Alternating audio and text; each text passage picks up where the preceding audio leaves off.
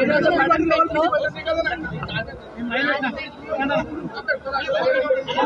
మహేశ్వరం నియోజకవర్గానికి సంబంధించిన రేషన్ కార్డులు ఇవ్వడానికి గౌరవ మంత్రి గారు శ్రీధర్ బాబు గారు రావడం జరిగింది, సంతోషం.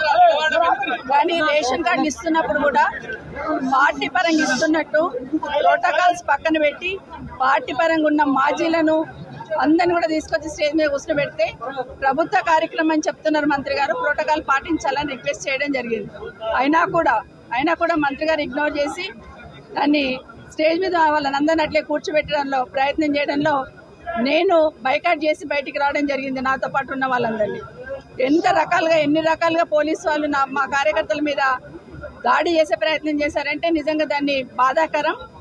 మా పోలీస్ సంబంధించిన మా సోదరులు కూడా విజ్ఞప్తి చేస్తున్నా, ఏదైనా కూడా సమస్య వచ్చినప్పుడు రెండు సైడ్లు ఉన్న వాళ్ళని కంట్రోల్ చేసే ప్రయత్నం చేయాలా, కానీ ప్రతిపక్షంలో ఉన్న వాళ్ళను దౌర్జన్యంతో గెంటేసే ప్రయత్నం చేయాలనడం మాత్రం చాలా తప్పు.